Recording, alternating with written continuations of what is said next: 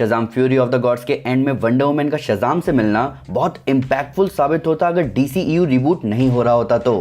Post credit scene के मायने भी तभी है जब डॉक्टर सिवाना और मिस्टर माइंड डीसीयू में वहीं रहे जो वो हमें डीसीईयू में दिख रहे हैं, पर तब भी मूवी की एंडिंग, इसके मिड क्रेडिट सीन और पोस्ट क्रेडिट सीन हमें कुछ पॉजिटिव तो जरूर बता रहे हैं। आइए इनके बारे में डिटेल में बात करते हैं। सबसे पहले बात करते हैं एंडिंग की। तो Shazam fury of the gods एक अच्छी सीक्वल है शज़ाम मूवी की, जहां हमें नए रूल्स पता चले अर्थ रियल्म और गॉड रियल्म के। विज़र्ड शज़ाम का स्टाफ गॉड्स को ह्यूमन रियल्म में आने से रोक रहा था, पर जब वो टूटा तो गॉड्स ह्यूमन के रियल्म में आ गए और वो आए बदला लेने। पर मूवी के एंड में जब बिली कैलिप्सो को हराने के लिए खुद को सैक्रिफाइस करता है तो सब कुछ ठीक करने के लिए विज़र्ड के स्टाफ को पावर अप करने की जरूरत थी। अब यहाँ जरूरत थी एक गॉड की, पर क्योंकि वॉर ऑफ द गॉड्स के दौरान एरिस ने ओल्ड गॉड्स को मार दिया था तो इसीलिए अब कोई गॉड अर्थ पर नहीं बचा विज़र्ड शज़ाम के स्टाफ को पावर अप करने के लिए। यही रीजन है कि स्टेपनवुल्फ को रोकने के लिए भी जस्टिस लीग स्नाइडर कट में कोई गॉड नहीं आया, पर एक डेमीगॉड अभी भी अर्थ पर है। God killer wonder woman Diana Prince जिसे ज़्यूस ने बनाया था वो विज़र्ड शज़ाम के स्टाफ को चार्ज करती है, जिससे गॉड मैजिक और एक्सेस पावर्स वापस आते हैं और हमारा शज़ाम वापस जिंदा होता है। डायना के पिता ज़्यूस की ही पावर शज़ाम के अंदर है, जिसे कॉमिक्स में कई बार ज़्यूस बिली से ले भी लेते हैं। तो एंड में गॉड रियल्म वापस एक्टिव हो चुका है, जिसका मतलब ओल्ड गॉड्स के बच्चे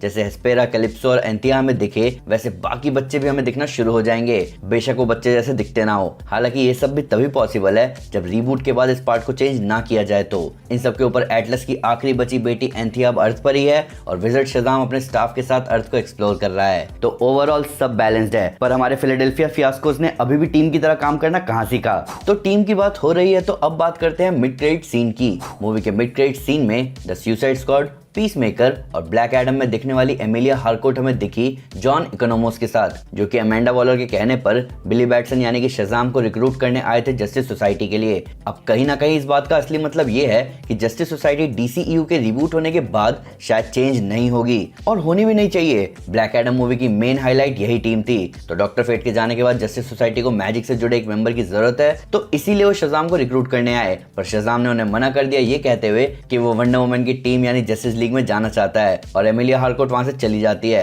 इन सब के ऊपर यहाँ शज़ाम उन लोगों को जस्टिस सोसाइटी के कुछ अल्टरनेट नाम सजेस्ट करता है, जैसे अथॉरिटी सोसाइटी, कोर्ट सोसाइटी और एवेंजर सोसाइटी। ये बहुत जबरदस्त मेटा जोक था, पर हमारा ध्यान खींचा अथॉरिटी नाम ने। जेम्स गन ने द अथॉरिटी की डीसीयू के पहले चैप्टर में देखने की अनाउंसमेंट इसी साल की है, जबकि Shazam fury of the gods की फिल्मिंग 2021 में ही खत्म हो चुकी थी, जेम्स गन और पीटर सैफरन के डीसीयू के को-सीईओ बनने से पहले, यानी कि मिड क्रेडिट सीन हाल फिलहाल ही शूट किया गया है। तो हमें एक चीज तो क्लियरली पता है कि पीस मेकर की टीम और अमेंडा वॉलर डीसीयू रिबूट के बाद भी जैसे हैं वैसे ही रहेंगे, जिसका मतलब अगर ये मिड क्रेडिट सीन अलग से ऐड करवाया गया है तो ये इंडिकेशन है ज़ैकरी लीवाई के शज़ाम के वापस आने का। हालांकि मैं ज़ैकरी लीवाई के शज़ाम को जस्टिस सोसाइटी के मेंबर से इंटरेक्ट करते हुए देखना चाहूंगा, क्योंकि मेरे हिसाब से ऑब्वियसली उसकी एटम स्मैशर और साइक्लोन से बहुत अच्छी बनेगी, पर हॉकमैन उसके बेबी सिटर की तरह उससे परेशान रहेगा। पर इस पूरे रिबूट के टाइम कोई प्रेजेंट होगा, जो कि हमें दिखा पोस्ट क्रेडिट सीन में। तो पोस्ट क्रेडिट सीन में हम मिलते हैं डॉक्टर सिवाना से, जो कि 2 साल से रॉक फॉल्स पेनिटेंशियरी में बंद है। हम उसके सेल में वही सिंबल देख सकते हैं जो पिछली मूवी में बना रहा था रॉक ऑफ एटर्निटी में घुसने के लिए। तो जहां पिछली शज़ाम मूवी के मिड क्रेडिट सीन में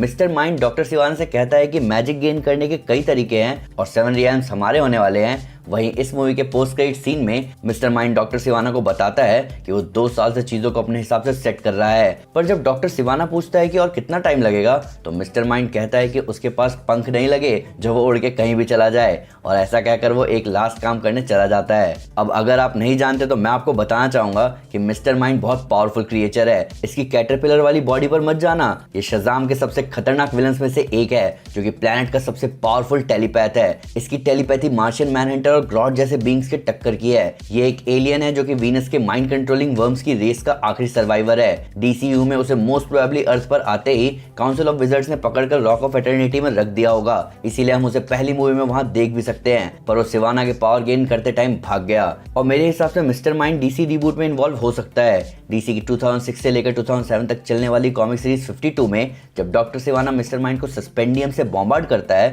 तब मिस्टर माइंड ककून वीव करके एक टेलीपोर्टर फॉर्म करता है और खुद को बीम करता है बूस्टर गोल्ड के कंपेनियन रोबोट स्कीट्स में। बाद में मिस्टर माइंड जब अपना जेस्टेशन कंप्लीट कर लेता है तो वो बनता है हाइपरफ्लाई, एक मल्टीवर्सल थ्रेट जो कि पूरे मल्टीवर्स को खा सकता था। तब बूस्टर गोल्ड और हंटर फ्ली टाइम में पीछे जाते हैं, पर तब तक मिस्टर माइंड 52 यूनिवर्स में से 52 वर्ल्ड्स की हिस्ट्री का एक पोर्शन खा जाता है और बनाता है 52 डिस्टिंक्ट अर्थ। पर बूस्टर गोल्ड उसे रोकता है और फंसाता है टाइम लूप में। अब अगर पोस्ट क्रेडिट सीन में इस विलन को मजाक की तरह नहीं दिखाया गया है तो मिस्टर माइंड डीसी के रिबूट में बहुत बड़ा रोल प्ले कर सकता है। प्लस बूस्टर गोल्ड हमें आने वाले रिबूट में दिखेगा ही। तो जैसा मिस्टर माइंड ने डॉक्टर सिवाना से भी कहा कि सारी चीजें अपनी अपनी जगह पर सेट हैं, अब बस जरूरत है बैरी के टाइमलाइन को मैसअप करने की। डीसी की स्टोरी लाइन जबरदस्त हैं, तो अगर आप डीसी के कैरेक्टर्स के बारे में डिटेल में जानना चाहते हैं तो मैं आपको हमारी इनजस्टिस गॉड्स अमंग अस कॉमिक सीरीज रेकमेंड करूंगा। साथ ही साथ अगर आपको वीडियो पसंद आए तो इस वीडियो को लाइक और शेयर जरूर करें और ऐसे कई सारे सुपर कंटेंट के लिए हमारे चैनल को सब्सक्राइब करना ना भूलें। Thank you guys, this is Aman Sinha and you are super. Piece.